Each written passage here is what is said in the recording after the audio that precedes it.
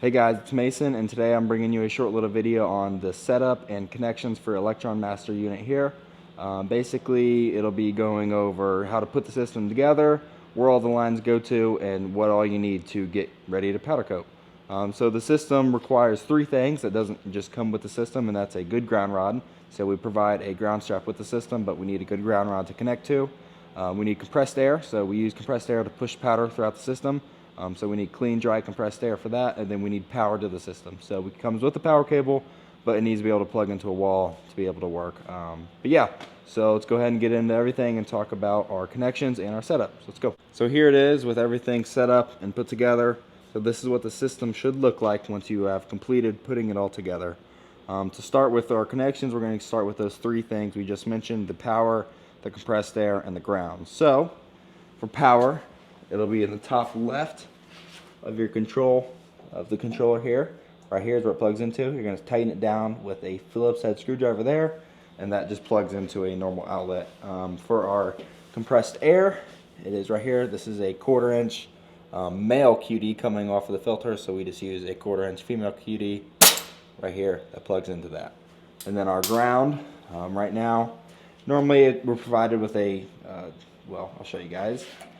It looks like what we did was run it off our booth here. So we have our ground pinched to our bus bar here, and then this is grounded to our ground rod, and then that just connects back here to the back of our unit. As far as assembling the stand, that's just a few things. Our swing arm, that'll be in our box with either the control unit and the gun, or it'll be sitting in the box with just the stand sitting on the bottom there. Our pickup tube will be wrapped and sitting in the bottom of the big box with the stand too. Our control unit, or well, the mounting bracket for our control unit, that'll be in its own box, and that has to be mounted to the stand. So how it is if it's not already mounted, this plate here will mount to the bottom here with I think a 17mm locking nut there, and then it comes with this plastic bushing and nut here. What that allows you to do, if you leave this one a little loose and you use this one to keep it tight, that allows you to swivel the head to, I think it's 45 degrees either way, however you want there. For our handle and gun hooks, I'm pretty sure this is a 7mm fixed wrench, or you can just tighten down the nuts on the inside with an adjustable wrench. It shouldn't take too long. And then our handle is just a 6mm Allen. So this piece right here has threaded inserts. You're just going to push it in and thread it in here, and it should become very tight. Next, we're going to go ahead and talk about our connections for our gun here. First, we have our rinsing line here. So this is a 6mm black piece of tubing, plugs into the very top of all these bush locks here, and that'll run to the bottom handle on the back of the handle right here.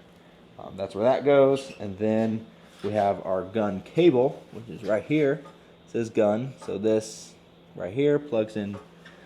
Well, it actually goes to the front of our gun handle here.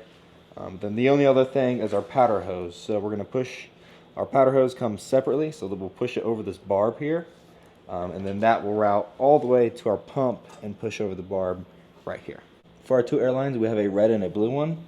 See right here, this marked blue and a blue, and then a red and red. These will come out from the back there, and they will go to our pump right here. So in the spare parts bag, you'll have these QDs. So with these QDs, what you have to do is you have to push the tubing through the spring guard, so these separate right here. You'll have to push it through the spring guard, push it over the barb that's on this piece, and then tighten your spring guard down, and that's what keeps it, you know, not being able to fall off. So from our back of the control unit, blue to blue, and then red to red, blue to blue. On the very bottom of our push locks, we have our main air. So this will come from the very bottom of the system here and plug in to our little manifold here. So no matter how you route it, just make sure you have an air line coming from one of these that's going to right here at the bottom of the control unit, or you won't get air through these because there's not any air into the system. For our aux port here, this is what controls the relay for our fluidization and for our vibrating table. This comes from, there's a little box in here, so you're going to have a loose one when you have the system. They're going to have to pull up from down in here. It'll pull up and then plug in right here. You can't really confuse these because they're different pronged, so you know, as long as it fits here, that's the right one. For our fluidization, one of these 8mm lines here will be running into this regulator. So we have 8mm here. We have our dial or gauge there, but we really need to focus on this 6mm here. This 6mm will go through this hole there, come out on the front here, and this is what either plugs into our hopper or it plugs into our pickup tube right here. This has the QD on it again, so we'll have to separate from right here to here. We'll have to slide this spring guard on first, and then we'll have to push the orange tubing onto the barb on here and then tighten it back down. So that's pretty much it as far as our fluidization. So that is pretty much it as far as all the connections for our Electron Master M here. If there's anything I forgot, let me know. If there's any more questions you guys have with the unit or any of the connections, how it works, anything like that, make sure to check out my page. I have some videos talking about how to control different things, settings and things like that. Or just, comment below and ask me some questions. I'll be happy to help you guys out. But thank you guys for watching the video, and I'll see you next time.